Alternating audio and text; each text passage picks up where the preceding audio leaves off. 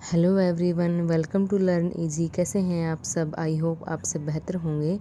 In this video we will discuss about complete NCERT class 6 to 12th plus English literature state previous year questions in detail and it will be helpful for your state exam. First question है, why is a literary life mostly an unhappy one? कि जो एक साहित्य की जो एक ज़िंदगी होती है वो अनहैप्पी मतलब कि नाखुश कैसे होती है?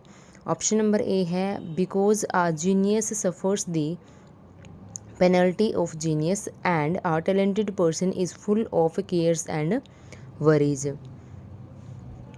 इसमें क्या है कि क्योंकि जो एक जीनियस की जो एक मतलब उसके अंदर जो बुद्धि होती है, इतनी समझ होती है, क्योंकि जो साहित्यकार होते हैं उनके अंदर कि मतलब ऐसे बहुत सारे उसमें साहित्यकार होते हैं, कवि होते हैं, लेखक होते हैं। तो उनका क्या है कि जो टैलेंटेड होते हैं उनको वरीज मतलब कि एक चिंता और उनसे से जो भरी हुई है उनकी लाइफ वो ऐसी होती है। ऑप्शन नंबर बी है, because such a life is beset with loneliness. की जो उनकी जो लाइफ है, लोनलीनेस मतलब कि अकेलापन, बी सेट होता है घेर लेना, कि उनकी लाइफ ऐसी होती है कि उनको अकेलापन जो होता है वो घेर लेता है। सी ऑप्शन है, because the monetary returns are frugal. क्या है कि फ्रूगल मतलब कि मितव्ययी क्या होता है कि कम होना या फिर ना के बराबर होना। कि जो मोनेटरी मतलब कि इनकम जो होती है, जो पैसा है उससे रिलेटेड है, कि वो चीज़ें इसमें बहुत कम होती हैं, ना के बराबर होती हैं। ऑप्शन नंबर डी है, because the readers are few and far between. कि क्या है कि रीडर्स बहुत ही कम होते हैं और मतलब दूर होते हैं उनसे, जो कि लेखक हैं, साहित्यकार हैं, उनसे। तो इसके अकॉर्डिंग जो इसका राइट आंसर है वो option number A, because a genius suffers the penalty of genius and a talented person is full of cares and worries. Next question है, what are the ordeals awaiting the young author from his critics?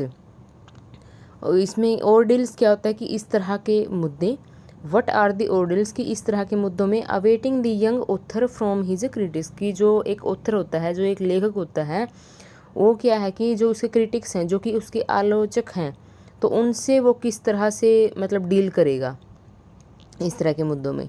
Option number A है, the critics हराश him, कि उनको नुकसान पहुंचाए कुछ।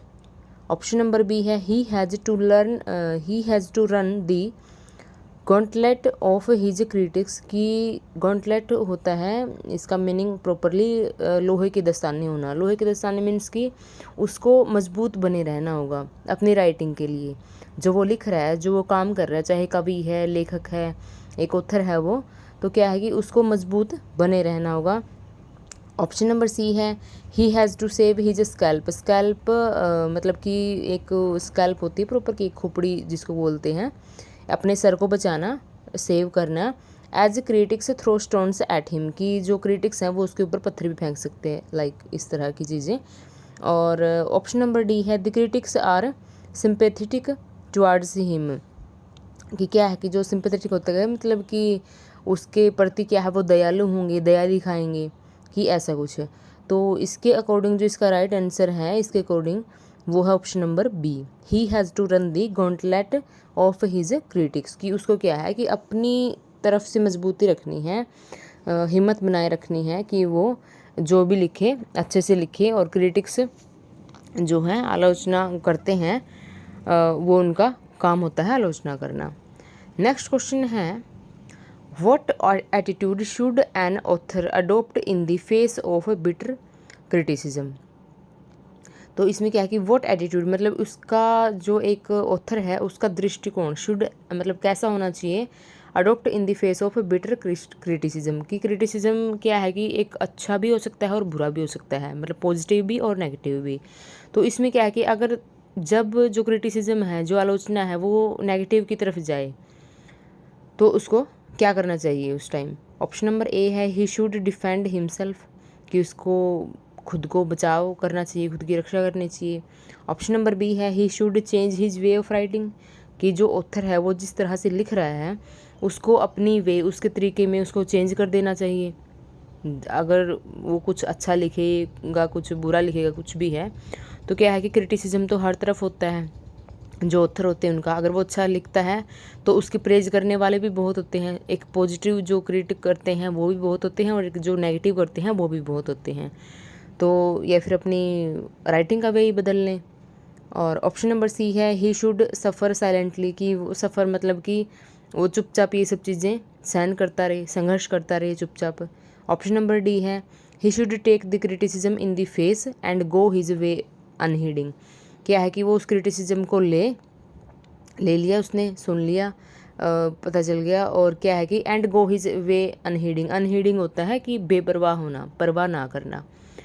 तो इसका जो राइट आंसर है इसके अकॉर्डिंग तो वो है ऑप्शन नंबर डी, कि उसको ले मतलब वो एक्सेप्ट करे वो चीज़ें, चाहे वो पॉजिटिव क्रिटिसिज्म हो उसका या फिर नेगेटिव क्रिटिसिज्म हो, उनको एक्सेप्ट करे और अपना क्या है बेपरवाह हो उसकी तरफ, और अपना जो तरीके से वो लिख रहा है, जो ऑथर है वो लिख रहा है, वो अपना जारी रखे।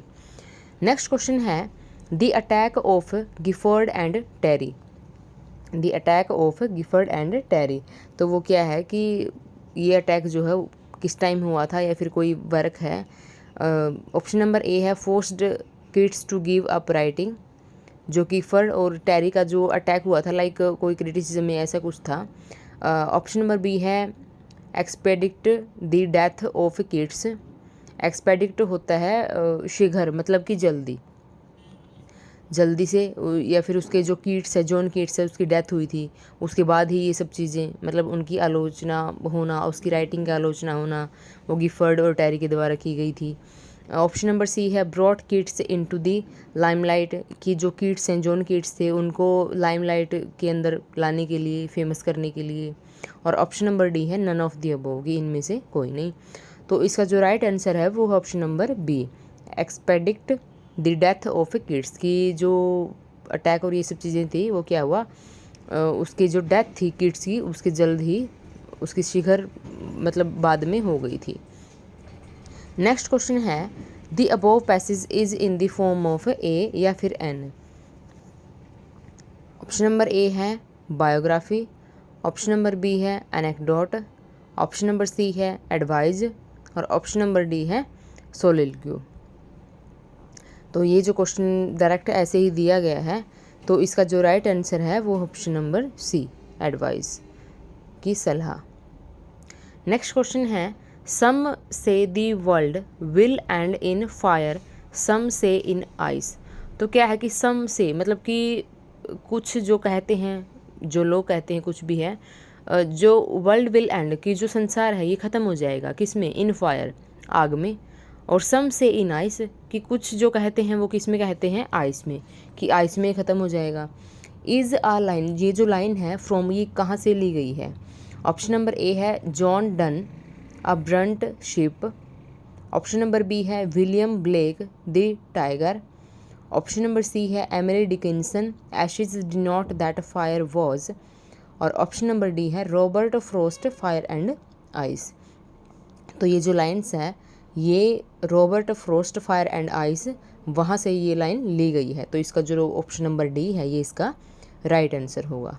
नेक्स्ट क्वेश्चन है two gentlemen of Verona by AJ Cronin, कि ये जो एक वर्क है टू जेंटलमैन ऑफ वेरोना, किसके द्वारा लिखा गया है, एजे क्रॉनिन के द्वारा। तो ये किस बारे में है। ऑप्शन नंबर ए है is about the conflict between loyalty to friends and submission to passion. तो ये क्या है, कॉन्फ्लिक्ट है, द्वंद्व है किस टाइप का, बिटवीन लॉयल्टी, एक वफादारी, to friends and submission to passion. Option number B है recounts the hard life to chosen by two young boys so that they could pay for the treatment of their sister afflicted with tuberculosis. या फिर जो hard life है, एक मुश्किल से जो भरी ज़िंदगी है उनकी, टू यंग बॉयज़, दो जो जवान लड़की हैं उनकी, क्या है कि वो क्या करते हैं, कुड पे द ट्रीटमेंट चल रहा है उनकी बहन का, जो क्या है कि ट्यूबरक्लोसिस नाम की एक बीमारी है, उससे वो पीड़ित है। ऑप्शन नंबर सी है is about two man who are haunted by a very relentless woman, या फिर ऑप्शन नंबर डी है is a story about people who want to escape the dishonesty and politics of court life. कि क्या है कि वो क्या चाहते हैं, एस्केप मतलब छुड़ाना चाहते हैं, भागना चाहते हैं डिसऑनेस्टी जो बेईमानी है, and politics of court life की जो एक राजनीतिक टाइप की जो ज़िंदगी है, जो लाइफ है, उससे वो दूर जाना चाहते हैं। तो इसका जो राइट आंसर है वो है option number B, recounts the hard life chosen by 2 young boys so that they could pay for the treatment of their sister afflicted with tuberculosis. Next question है, in his extract from heaven lake a travelogue Vikram Seth recounts his visit to sacred places in Kathmandu they are. कि एक जो ये है haven lake के अंदर ये जो चीज़ें हैं, ट्रैवलॉग है, उसमें ट्रैवलॉग है, यात्रा वृत्तांत जिसको बोलते हैं, किसका लिखा गया है, ये विक्रम सेठ द्वारा लिखा गया है। Recounts his visit to sacred places, की उसके अंदर जहाँ उन्होंने यात्रा की, जो 2 प्लेसेस के जो नाम आए हैं काठमांडू के अंदर, तो वो कौन से प्लेसेस हैं। ऑप्शन नंबर ए है सारनाथ और सांची, ऑप्शन नंबर बी है पशुपतिनाथ और बुद्धनाथ, ऑप्शन नंबर सी है शिवभूतनाथ और कोपान, और ऑप्शन नंबर डी है नागरकोट एंड नारायणी। तो इसका जो राइट आंसर है वो है ऑप्शन नंबर बी, पशुपतिनाथ है और बुद्धनाथ है। नेक्स्ट क्वेश्चन है, a rondel is a 13 line words from form which consist of. कि एक टाइप का ये वे होता है राइटिंग का, 13 lines words form which consist of. तो इसमें क्या है, क्या किस टाइप से होता है। ऑप्शन नंबर ए है an octave and quintet, option number B है 2 quadrants followed by a quintet, option number C है 3 टर्सेट्स एंड क्वाड्रेन, और ऑप्शन नंबर डी है 3 क्वाड्रेंट्स एंड लाइन। तो इसमें क्या है कि जो इसका ऑप्शन नंबर बी है ये राइट आंसर है, 2 क्वाड्रेंट्स। क्वाड्रेंट्स क्या होता है कि इसमें 4 भाग होते हैं, मतलब इस टाइप से कि 4 लाइन होती हैं। और क्वांटेट क्या होता है कि जिसमें 5 लाइन होती हैं। क्वांटेट होता है 5 लाइन होती हैं, और क्वाड्रेंट्स होता है जिसमें 4 लाइन्स होती हैं। नेक्स्ट क्वेश्चन है, ode to the west wind is the most noteworthy example of. कि जो ode to the west wind है, तो ये किसका एग्जाम्पल है। ऑप्शन नंबर ए है rhyme royal, option number B है dramatic monologue, option number C है टेरजा रीमा, और ऑप्शन नंबर डी है एकलॉग। तो इसका जो राइट आंसर है वो है C, option number C, terza rima. Terza rima क्या होता है कि an arrangement of like triplets specially in rhymes that rhyme, जैसे कि A B C B, C D C etcetera. Like कि जैसे कि ये लिखा हो कि दांतेज डिवाइन कॉमेडी। तो इस तरह से ये क्या होता है कि टेरजा रीमा एक टाइप की फिगर ऑफ स्पीच या फिर वे ऑफ राइटिंग इसको बोला जाता है। तो इसका जो ऑप्शन सी है वो इसका राइट आंसर होगा। सो गाइस, इसी तरह से हम एनसीईआरटी और जो इंग्लिश लिटरेचर है उससे जो रिलेटेड क्वेश्चंस हैं एस्टेट एग्ज़ाम के, सभी क्वेश्चंस को डिटेल में डिस्कस करेंगे। और एनसीईआरटी क्लास 6 to 12 के शॉर्ट नोट्स की जो कंप्लीट पीडीएफ है वो मैंने लर्न इजी के टेलीग्राम चैनल में शेयर कर दी है। और एस्टेट PYQs की सभी जो पीडीएफ है वो भी मैं टेलीग्राम चैनल पर डेली शेयर करूँगी। और टेलीग्राम चैनल का लिंक मैं इस वीडियो के नीचे शेयर कर दूँगी, वहाँ से आप लर्न इजी के टेलीग्राम चैनल को ज्वाइन कर सकते हैं। वीडियो पसंद आए तो लाइक, सब्सक्राइब और शेयर करना ना भूलें। Thanks for watching.